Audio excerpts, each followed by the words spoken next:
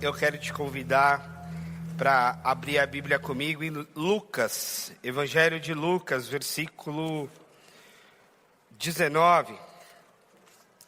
Esta vai ser uma minissérie de 2 capítulos apenas, provavelmente, que é hoje. Hoje a gente celebra o chamado Domingo de Ramos.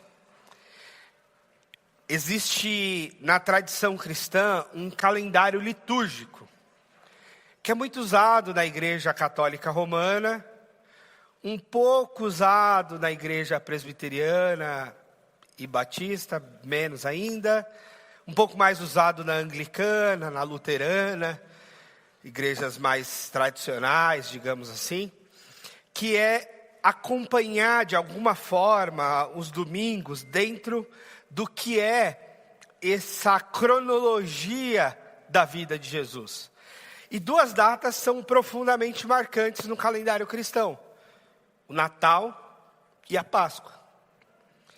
O Natal hoje em dia é mais celebrado, porque é mais comercial, é mais ao final do ano, então também tem um clima de férias misturado, né? Emenda ali com o Ano Novo, tem um clima de troca de presentes, de uma série de coisas, de Papai Noel, de decoração dos centros comerciais, dos shopping centers. Então o Natal acaba aqui sendo uma data, parece que mais forte dentro do todo das datas cristãs. Mas na realidade, a data mais profunda que nós temos é a Páscoa. Porque a Páscoa trata da morte e da ressurreição do nosso Senhor. E também essa data, ela acaba às vezes passando batida, ou às vezes ela acaba sendo marcada apenas por ovo de Páscoa e algo desse tipo, né? E aí parece que o chocolate e o coelho ganha mais ênfase do que, por exemplo, a cruz de Cristo, efetivamente, do verdadeiro sentido da Páscoa. E hoje, dentro desse calendário, então, é o Domingo de Ramos. E por que Domingo de Ramos? Porque é o domingo em que Jesus entra de novo em Jerusalém. Jesus nunca morou em Jerusalém. Jesus sempre morou no norte de Israel, na região da Galileia. Ele teve a maior parte da sua vida ali em Nazaré, e depois, com o início do seu ministério, boa parte do seu ministério ainda por ali em Cafarnaum, que era a cidade de Pedro. Alguns vão dizer que ele se hospedava e que ele viveu na própria casa de Pedro em Cafarnaum. Então, o ministério de Jesus, ele acontece muito mais ao norte do país, na Galileia, que são as cidades ao redor do Mar da Galileia. No entanto, Jerusalém está no centro do país e é a capital. E aí há muitos momentos em que Jesus vem para Jerusalém. Ele vem para Jerusalém bebezinho para ser apresentado no templo.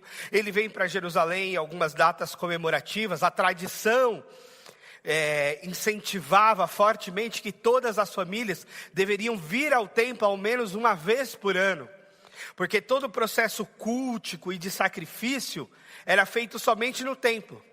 Então o judeu que estava longe de Jerusalém, ele tinha o seu momento de reunião e de estudo da palavra na sinagoga, no sábado.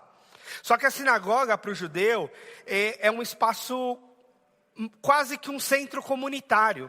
A sinagoga acaba sendo um salão onde se faz de tudo, onde a comunidade se reúne para um monte de coisas. Ainda hoje em Israel tem muitas sinagogas. Os hotéis têm sinagogas.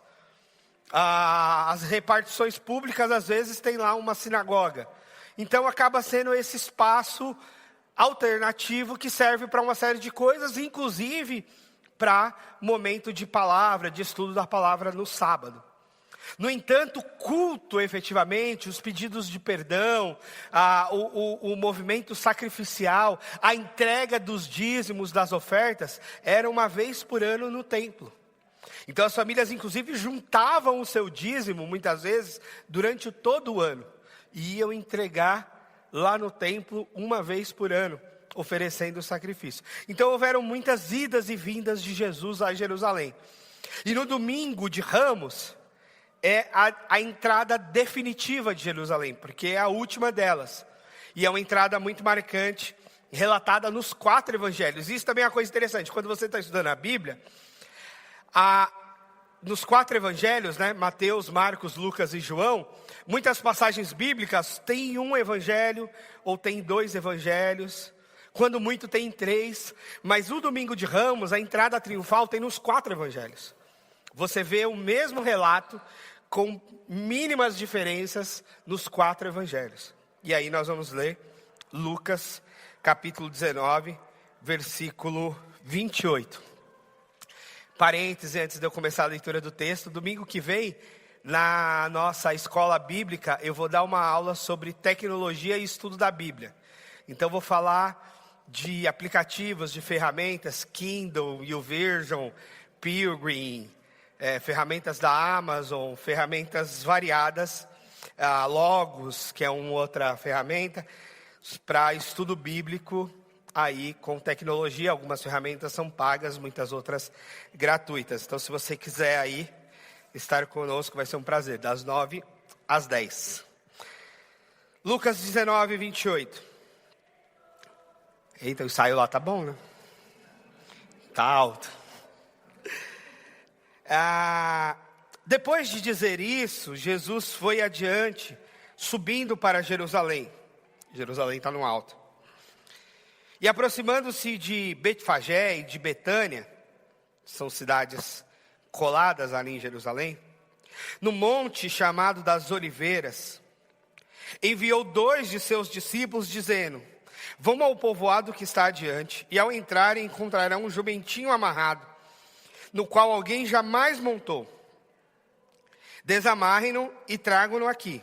Se alguém lhes perguntar por que estão desamarrando, digam-lhe: o Senhor precisa dele. Os que tinham sido enviados foram e encontraram o animal exatamente como lhes tinha dito. Quando estavam desamarrando o jumentinho, os seus donos lhe perguntaram: por que vocês estão desamarrando o jumentinho? Eles responderam: o Senhor precisa dele.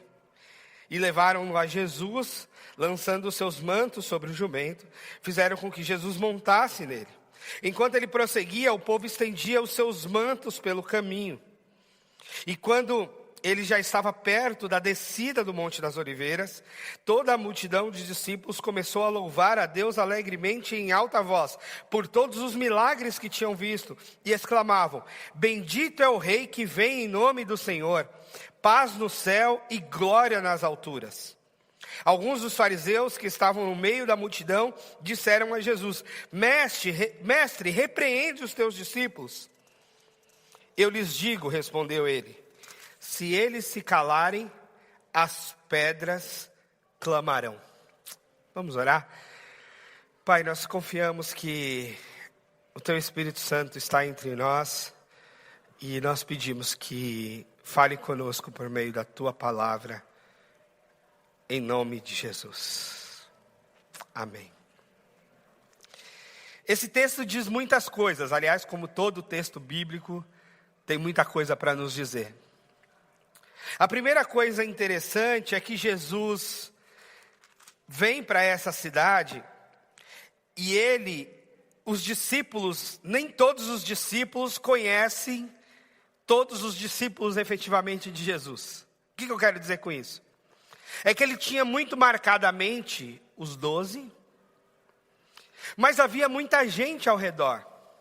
E havia muitas ovelhas que não estavam com Jesus o tempo todo, mas estavam soltas pelo caminho e pelas cidades. Por relações de amizade, por exemplo, como era o caso de Lázaro, Marta e Maria e Betânia, onde Jesus muitas vezes ficou. E em outros momentos, quando Jesus, por exemplo, vai celebrar a última ceia com os discípulos, que ele vai lá para aquele apartamento superior, para o chamado cenáculo, ele conhecia o dono do cenáculo, que os discípulos não conheciam, que cedeu aquele espaço. Assim como aqui, Jesus é conhecido e conhece o dono do jumentinho, do qual os discípulos não conhecem. Ou seja, Jesus, ele faz um pastoreio e um discipulado para além, inclusive, daquilo que se vê num primeiro momento. Eu até tenho tentado me adaptar a essa ideia, porque eu gosto de ver todo mundo na igreja domingo, E eu ficava até com raiva de umas ovelhas que não vêm. Mas agora, eu estou entendendo que tem umas ovelhas que são meio virtuais mesmo, que são meio desgarradas mesmo. Aí eu tenho que sair pela cidade atrás delas, né? Aí eu almoço com um, tomo um café com o outro, vou para a Zona Sul, vou para a Zona Oeste, vou para a Zona Leste, vou para o centro e por aí vai. É lógico que a gente, e é muito mais fácil, e eu quero muito a comunidade reunida. Mas o próprio ministério de Jesus tinha essas ovelhas também meio espalhadas, dos quais os discípulos que estavam mais no convívio com ele sequer conheciam, mas estavam lá. E aí Jesus dá essa indicação, vai lá e busca o jumentinho. Bom, o jumentinho é preparado, Jesus entra no jumentinho, e quando ele vai entrando em Jerusalém, há uma euforia total. Afinal de contas, são 3 anos já de ministério público. A repercussão a respeito dos milagres, a repercussão a respeito de tudo que Jesus havia feito, curado demônio, expulsado demônios, curado doentes, multiplicado pão e peixe, Jesus já estava famoso. E as pessoas estavam todas reconhecendo isso, e esse era o motivo desse momento de louvor.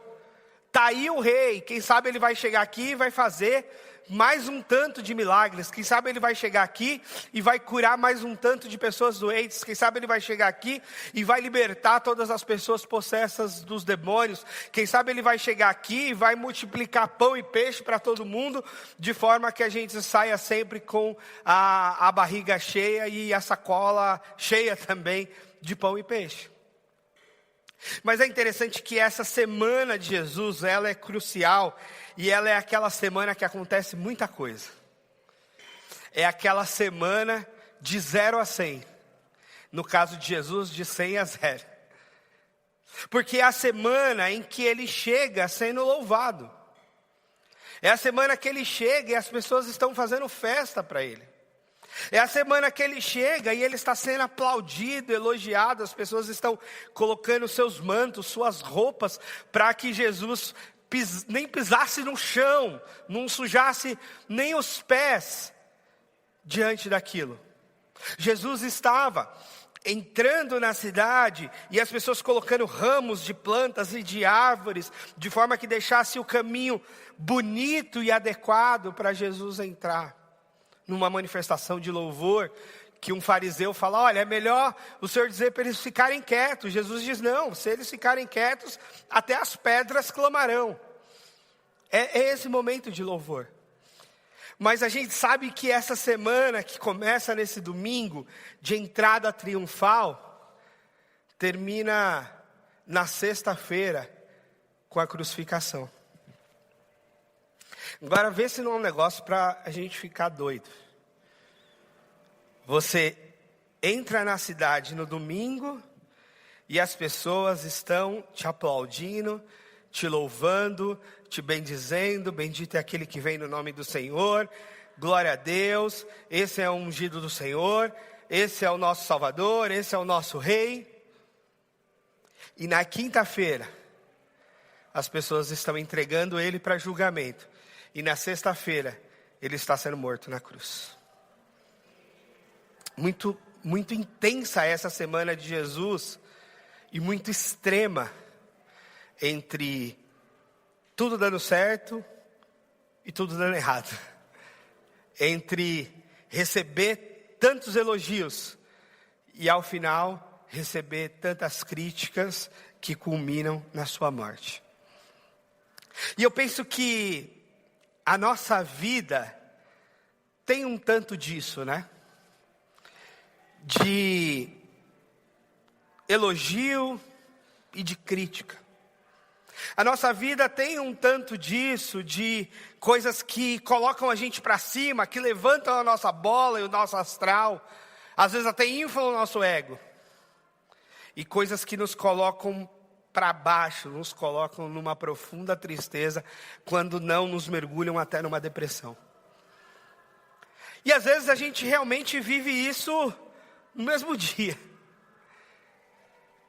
Às vezes a gente vive isso na mesma semana.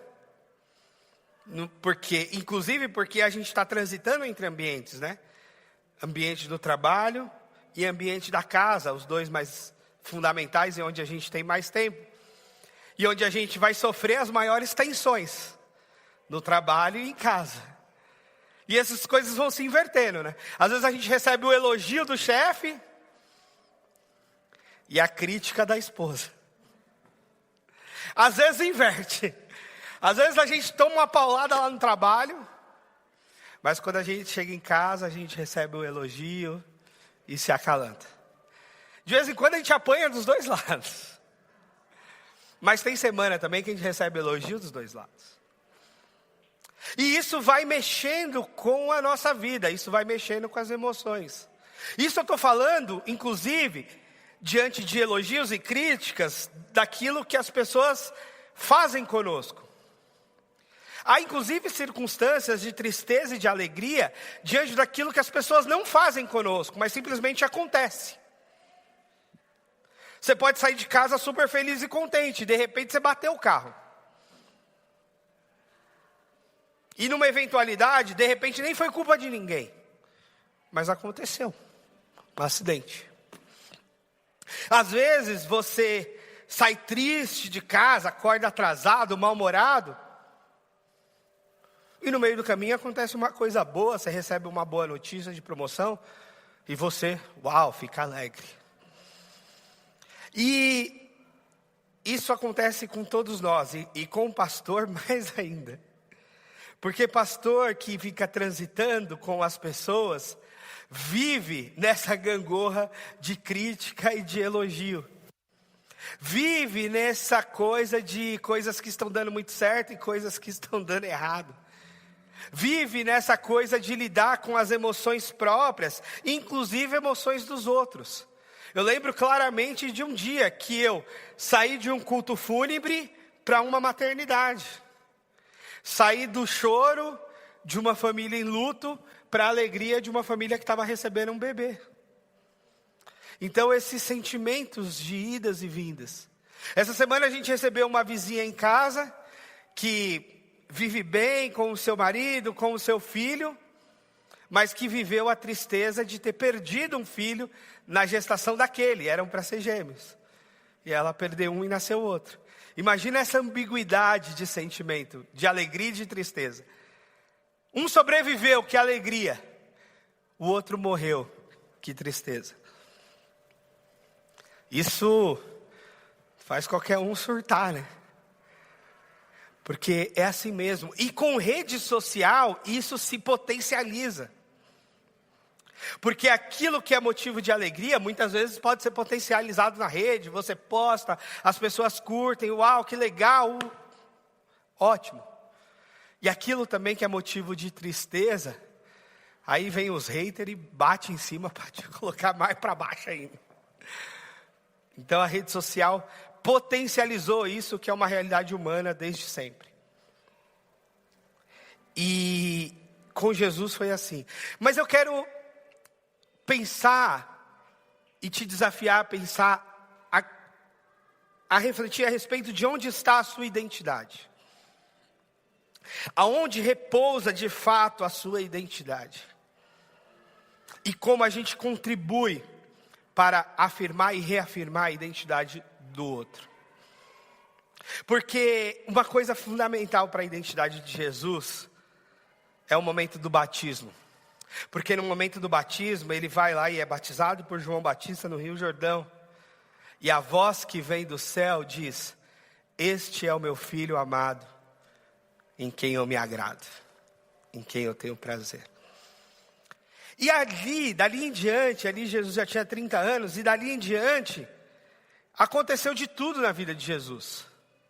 Aconteceu dele receber louvor, aconteceu dele receber crítica, aconteceu de tentarem matá-lo, aconteceu de tentarem fazê-lo rei. Ali aconteceu de tudo, absolutamente de tudo. E nessa semana é o retrato curto, dentro de uma semana, do ministério todo de Jesus. De gente querendo fazer ele rei e daqui a pouco essa mesma gente querendo matá-lo. Dos amigos que estavam tão juntos, tão próximos, e de repente traí-lo, e de repente negá-lo, e de repente se espalhar e ele se ver sozinho. E o que fez Jesus permanecer em obediência ao Pai, o que fez Jesus não chutar o balde de tudo, eu penso que foi uma identidade muito firmada no Pai. E uma voz do alto dizendo: este é o meu filho amado, em quem eu tenho prazer. E como é importante a gente conservar a nossa identidade no Senhor, de que somos filhos amados do Senhor. Eu fiz a jornada do Celebrando a Recuperação. E uma das coisas mais legais do Celebrando é que na apresentação a gente diz: meu nome é Reinaldo, eu sou um filho amado de Deus, me recuperando de tal coisa. Porque quando você fala se recuperando de tal coisa, você já está confessando um pecado, provavelmente. Mas antes de você confessar o pecado, você já disse que você é um filho amado de Deus. Porque às vezes aquele pecado é muito grave. E para não te levar ao desespero diante da gravidade do seu próprio pecado, você diz antes: mas eu sou um filho amado de Deus. E isso firma os nossos pés numa rocha. Isso afirma a nossa identidade, de que nós somos filhos amados de Deus. Por quê? Porque a vida e as pessoas, elas vão nos jogar para baixo e para cima o tempo todo. A vida é um grande mar cheio de onda. E aí nós vamos para lá e vamos para cá, e vai para cima e vai para baixo, e é assim. E isso não necessariamente diz respeito assim: não, eu estou para baixo porque eu estou cercado de pessoas tóxicas. Agora é a moda, pessoas tóxicas. É verdade, existem pessoas tóxicas que nos fazem muito mal. Mas na grande maioria dos casos, na verdade, é a vida. E a vida trata de jogar a gente para cima e para baixo, para um lado e para o outro. As circunstâncias ao nosso redor faz com que a gente vá para cima e para baixo, para um lado e para o outro. Porque a gente fazem isso conosco e a gente faz isso com a outra pessoa. Quem de nós não foi grosseiro algum dia com alguém? Quem de nós já não foi crítico um dia com alguém? Quem de nós não foi duro demais às vezes com alguém? Nós fazemos isso o tempo todo. Nós fazemos isso principalmente com as pessoas que nós amamos, porque elas estão mais próximas de nós. Quem são as maiores vítimas das nossas grosserias? As pessoas mais próximas. É o nosso cônjuge, é o nosso filho, é a nossa filha. É neles que a gente desconta, é eles que estão próximos de nós. E é eles também que a gente faz isso, que a gente joga para cima, que a gente joga para baixo. E isso é da vida. Agora, o que a gente não pode esquecer diante dessa vida maluca, de elogios e de críticas, de louvores e de chutes, é a nossa identidade em Cristo Jesus. De que sim, assim como Cristo é o Filho amado de Deus, na cruz, Jesus nos fez também filhos amados. E nada pode mudar isso. Eu gosto demais do texto do apóstolo Paulo, quando ele diz: nada nos separará do amor de Deus em Cristo Jesus. Nada. Nem a morte, nem a vida, nem os principados, nem as potestades, nem o presente, nem o porvir, nem o passado, nem os anjos, nem os demônios. Nada nos separará do amor de Deus em Cristo Jesus. E é essa confiança que a gente precisa ter para atravessar a nossa semana de Páscoa. Que a semana de Páscoa de Jesus é um resumo da vida de Jesus. Com negação, com traição, com louvor e com a palavra: crucifica-o, crucifica-o, crucifica. É a mesma multidão, provavelmente. São as mesmas pessoas das ruas de Jerusalém que o louvam no domingo e que gritam para criticá-lo na quinta ou na sexta. São as mesmas pessoas. E é por isso que o nosso crédito àquilo que as pessoas dizem de nós precisa ser um crédito limitado e não absoluto. Porque a crítica que nos fazem não é absoluta. E o elogio que nos fazem também não é absoluto. Por quê? Porque por vezes merecemos o elogio. E por tantas outras vezes merecemos a crítica. Porque nós mesmos somos pessoas muito legais e pessoas muito péssimas. Talvez no mesmo dia, na mesma semana.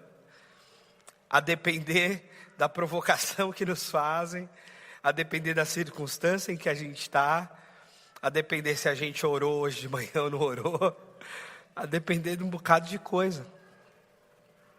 A gente é capaz de loucuras, para o bem e para o mal. A gente pode ser muito ser humano em alguns momentos e pode ser muito animalesco em outros momentos. E então a nossa identidade, a gente precisa repousá-la em que somos filhos amados de Deus. E nós precisamos oferecer isso aos outros. Oferecer isso a quem está perto de nós. Eu estou te dizendo isso, e principalmente quando a gente faz a crítica ou faz a repreensão. Eu estou te dizendo isso, mas eu te amo. Eu estou te dizendo isso, mas eu sei que você é um filho amado de Deus. Eu estou te dizendo isso, mas eu continuo querendo estar com você.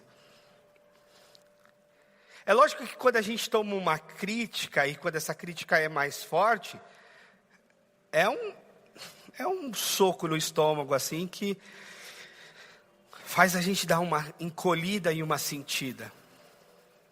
Mas quando essa crítica, ela vem com um tom mais amoroso, ou ela pelo menos termina com um tom de que eu gosto de você, eu te amo, e eu quero que você melhore nesse aspecto, isso cai de um jeito diferente. E isso vai fazer a gente refletir de um modo diferente. E isso vai fazer com que a nossa identidade não seja tão bagunçada. É importante que a gente faça isso com os nossos filhos, por exemplo. É importante que a gente faça isso com o nosso cônjuge. É importante que a gente faça isso com nossos amigos. Que a gente afirme o quanto a gente ama, o quanto a gente gosta, o quanto eles são filhos amados de Deus. Para que independentemente das besteiras que eles façam, eles tenham para onde voltar. Eles tenham para quem voltar, eles têm com quem estar. Ao passo também que quando recebermos os elogios, não inflarmos demais o nosso ego, achando que nós somos o suprassumo da natureza humana, porque também não somos. Também não somos deuses, também nós não somos anjos, também nós não somos assim dourados, maravilhosos e todo mundo precisa estar ao nosso serviço porque, como nós somos legais ou sei lá o quê. Não, mas porque também a nossa identidade está no Senhor. Eu gosto de uma frase do filósofo cristão, do Pascal, que ele diz que o conhecimento de Deus, sem o conhecimento de si, leva à presunção. Por isso são muitas pessoas que conhecem a Deus e não conhecem a si mesmos e se tornam presunçosas, arrogantes. Por outro lado, o conhecimento de si sem o conhecimento de Deus nos leva ao desespero. Porque se você conhecer a si mesmo, você vai ver que você é uma pessoa para quem não há salvação. Se você conhecer a você mesmo de verdade, você vai reconhecer-se tão pecador, que sem a graça de Deus você vai se desesperar, porque você vai dizer, eu vou para o inferno, não tem jeito. Olha quem eu sou, olha o que eu fiz no meu passado, Olha o que eu estou fazendo agora no meu presente. E olha a desgraça que eu posso fazer no meu futuro. Para mim não tem salvação. Por isso que o conhecimento de si mesmo, sem o conhecimento de Deus, pode ser desesperador. Mas, se a gente conhece a nós e conhece a Deus, nós podemos descansar nele. Porque nós podemos nos conhecer pecadores. Mas nós não vamos nos desesperar.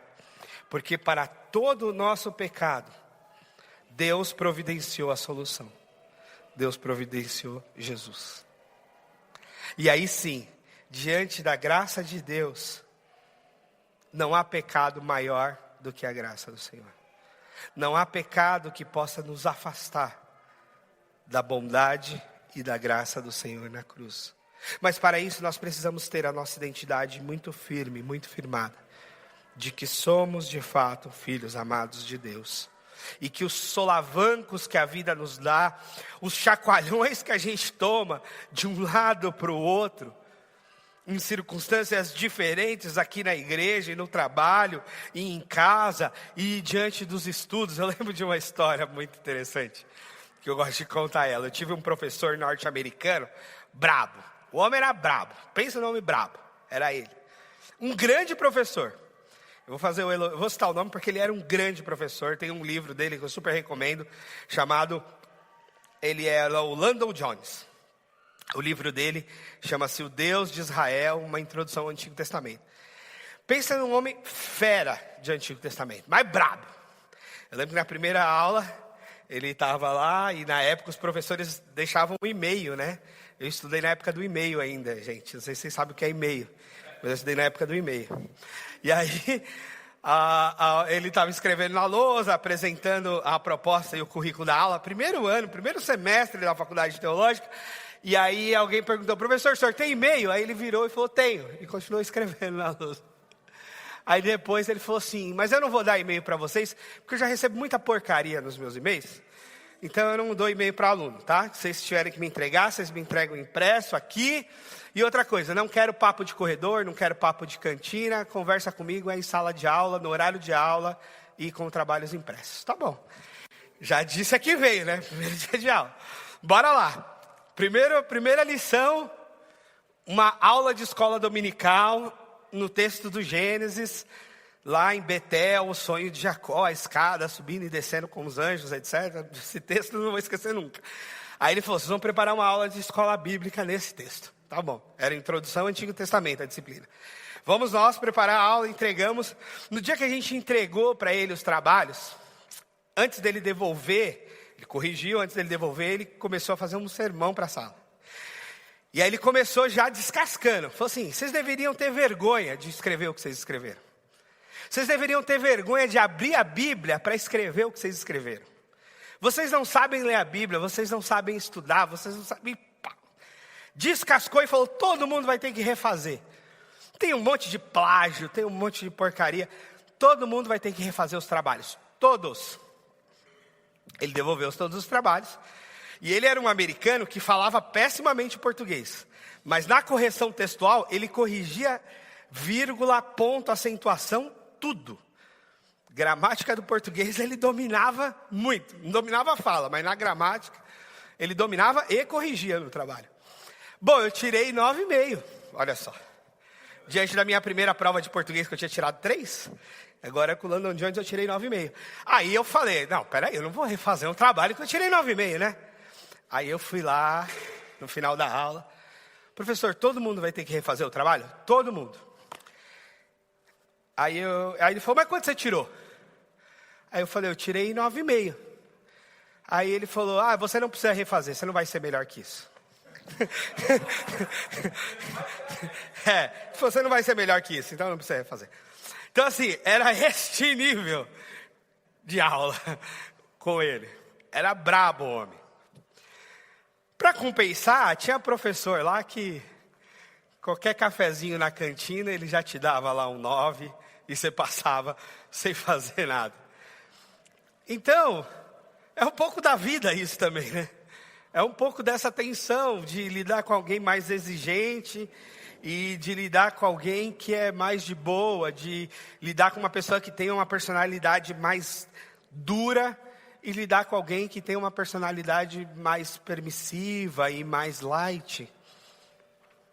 E interessante, inclusive, saber que um dos professores que mais me ensinou nos 4 anos da faculdade foi ele.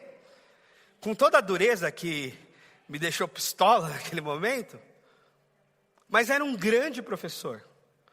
E eu tenho outros professores que são meus amigões até hoje, que a gente toma café e troca ideia, mas que eu não consigo lembrar de uma aula relevante deles.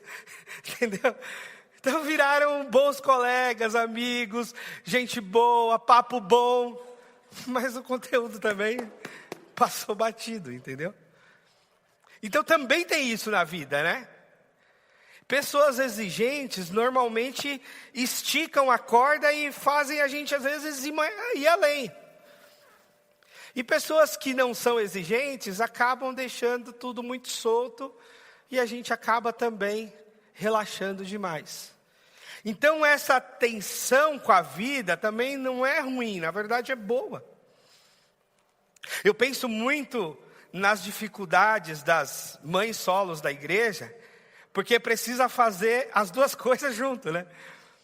Precisa tensionar e precisa soltar. Quando você tem o casal cuidando da criança, pai e mãe, esse equilíbrio fica mais fácil.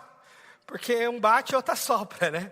Um dá uma brigada, o outro dá uma acalmada e você vai equilibrando. E quando você tem uma mãe solo, isso se torna um trabalho muito mais desgastante e difícil. Porque ou um pai solo, né, Darlan? Porque daí você tem uma pessoa só para ir e vir, para dar a bronca e para dar o carinho, para acolher. E inclusive, gente, é bom que o casal se equilibre nesses dois campos, para que não haja uma alienação parental dentro do próprio casamento, onde um só cobra e o outro só é legal, né? Só que o que só é legal, às vezes é conveniente ser legal. Eu gosto de fazer o papel de legal com o Estevão, claro. É muito mais fácil. A mãe fala, filho, vai comer. Eu falo, não, tá aqui um doce, filho, tá aqui um chocolate, come o chocolate. Eu ia falar, filho, arruma os brinquedos. Eu falo, não, filho, vamos brincar lá embaixo, vamos bagunçar lá. Então esse papel do legalzão, ele é muito mais fácil. O meu pai fazia esse papel do legalzão em casa. Minha mãe trabalhando enlouquecidamente, chegava em casa cansada, brava. E meu pai de boa. Passava o dia no sofá, tranquilão. Eu achava isso o máximo. Quando eles separaram, eu queria ficar com meu pai. Eu tinha 9 anos. E meu pai era o legal. Meu pai me levava para o bar, me deixava beber 2 litros de refrigerante numa boa. Minha mãe ficava querendo fazer eu comer comida, enquanto meu pai me dava refrigerante, salgadinho e chocolate. Olha que legal. Meu pai deixava eu andar de carro sem cinto de segurança. Eu falava, pai, corre, e ele corria. Bateu o carro comigo dentro já. Eu comecei a dirigir carro com meu pai com 11 anos de idade. Com 11 anos, meu pai colocou umas 3 almofadas, me colocou dentro do carro e deixou eu dirigir. Com ele do lado, mas eu dirigi com 11 anos. Porque ele era meio loucão assim mesmo. Entendeu? E a minha mãe tinha que fazer o papel de chata. Porque ela tinha que impor os limites que meu pai não impunha. Meu pai me dava bebida, eu fiquei bêbado a primeira vez com 5 anos de idade. Eu queria beber, ele estava bebendo batida de maracujá e ele deixava. Tocou leite condensado e eu tomei todo. Minha mãe chegou, estava chapadinho, vomitando. Falei, o que aconteceu? Meu pai falou, ele queria beber, eu deixei ele beber. Então era essa a loucura e a brisa de um casal disfuncional em que não equilibra essa tensão que é necessária para a vida. Então hoje eu falo, a Cris às vezes me culpa um pouco, porque eu quero ser legal sempre. Aí de vez em quando eu sou bravo também para poder deixar ela ser legal um pouco, né? Senão fica covardia mesmo. Aí de vez em quando eu dou uma de bravo para ela ser mais legal, embora ela é mais brava que eu, é fato. Mas essa tensão com a vida, e eu estou ilustrando aqui com a educação dos nossos filhos, ela é parte. E ela é parte daquilo que vai nos construindo, daquilo que vai nos formando. daquilo que vai nos deixando, inclusive, fortes e resilientes para suportar. Porque quando a gente chega no mercado de trabalho, não tem amorzinho. Não tem, eu sei que você é um filho amado de Deus. Tem, entrega o trabalho e pronto. Mas não consigo, o problema é seu, dá seu jeito. Você ganha para isso. Vai lá e faz. Não tem essa. Não tem essa misericórdia toda, né? Hoje até se fala, né, em humanizar os ambientes de trabalho. É bom. Mas às vezes é só conversinha para boi dormir, né? Porque o que se quer é o resultado, o lucro da empresa e acabou. Mas essa é a vida. Se a gente também não aprender e não ensinar os nossos filhos a enfrentar isso, vai fazer o quê? O que eles vão ser? Como é que eles vão enfrentar o mundo, a vida, as relações, as demandas? É isso mesmo. Agora, sim, em casa e com devido amor, nós temos de afirmar a identidade deles. Você é um filho amado de Deus. Deus te ama. Eu também te amo. Eu estou com você até o fim. A despeito do que acontecer, a despeito dos nossos problemas, a despeito das nossas tretas, a despeito de tudo. Nós estamos juntos. E aí essas coisas precisam ser ditas, precisam ser reafirmadas. Porque isso faz parte de assegurar e firmar isso. E depois, com o tempo, eu fui entendendo aquela dureza da minha mãe, mas ao mesmo tempo, ela conseguia equilibrar no afeto, no carinho, e afirmar, eu vou estar sempre aqui. Você sempre vai ter para onde voltar, você vai sempre ter onde estar. E afirmando essa identidade. E especialmente a gente afirmar a nossa identidade na questão espiritual. Somos filhos amados de Deus a despeito de qualquer coisa. A despeito de críticas, a despeito de elogios. A despeito de alegria, a despeito de tristeza. A despeito de euforia, a despeito de depressão. Nós somos filhos amados de Deus. E para mim foi isso que fez Jesus ir até o fim. A convicção plena de que era um filho amado de Deus. A convicção plena que ele estava ali para fazer a vontade do Pai. E o que vinha de fora era só o barulho das pessoas de fora. Que podem ser elogios e que podem ser críticas. Mas é só o barulho das pessoas de fora. Assim como na rede social se fala, né, dos fãs e dos haters. E todo mundo tem fã e tem hater. Mas é só o barulho das pessoas de fora. Provavelmente os fãs e os haters não conhecem a pessoa que está ali de fato. Porque quando a gente conhece de fato, a gente não é fã nem hater. A gente é amigo, a gente é, né? Quem me conhece de fato não é meu fã. E eu também espero que não seja meu hater, seja meu amigo. Porque é isso mesmo. Quem nos conhece de fato vai ser nossos amigos. O fã e o hater vai ser doses da amizade, a depender da circunstância. Mas acima de tudo, o que de mais sólido é a amizade nesse caso. É o amor efetivamente nesse caso.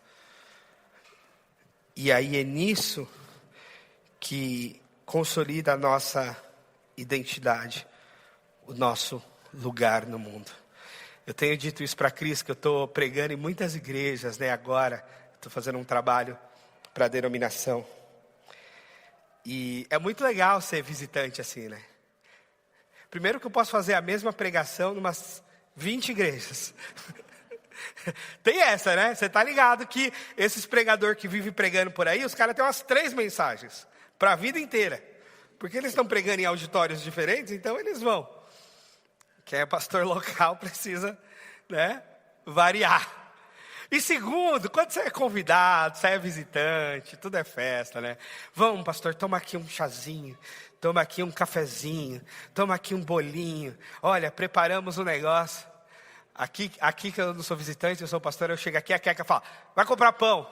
Você tomou leite que estava aí essa semana? Tinha que ter me avisado que tomou leite. Você fica, entendeu? É assim. Mas é claro, a gente é amigo, né, Keca? A gente é amigo. É diferente da igreja que eu vou lá e vou voltar lá só o ano que vem, ou sei lá se eu vou voltar. E a gente também não pode se iludir com essas coisas, né?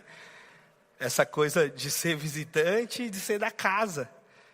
Da casa a gente já se conhece, já conhece a gente já conhece as pessoas. O visitante está ali de passagem. Então, lógico que eu curto a onda, né? Quer um bolinho? Quero. Quer um chazinho? Quero também. Quer um café? Também. Quer suco? Também. Daí tudo que tiver eu quero. Vamos embora.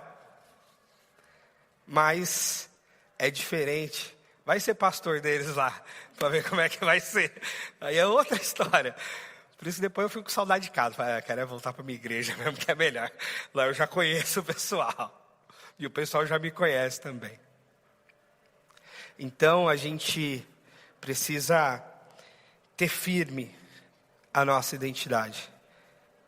Em quem nós somos. E somos filhos amados de Deus. Precisamos firmar a identidade, moldar a identidade de quem nós amamos. Especialmente dos pequenos, porque esses nós estamos construindo a identidade deles ainda. E mostrar para eles que a despeito das broncas, a despeito dos nervosos, a despeito de tudo, nós os amamos. E eles nunca devem se esquecer disso, nem duvidar disso. E a gente precisa afirmar isso. E no relacionamento, no casamento, tem fases muito boas e tem fases de tretas todo dia. Mas a gente precisa aprender a terminar as nossas tretas com eu te amo. Terminar as nossas tretas dizendo, vai dar certo. Terminar as nossas tretas dizendo, estamos juntos, vamos junto até o fim. A despeito das tretas. A despeito de tudo aquilo que às vezes a gente despeja sobre o outro, que às vezes a gente exagera e às vezes a gente está só sendo verdadeiro mesmo, mas que no final a gente afirma e reafirma compromissos de amor.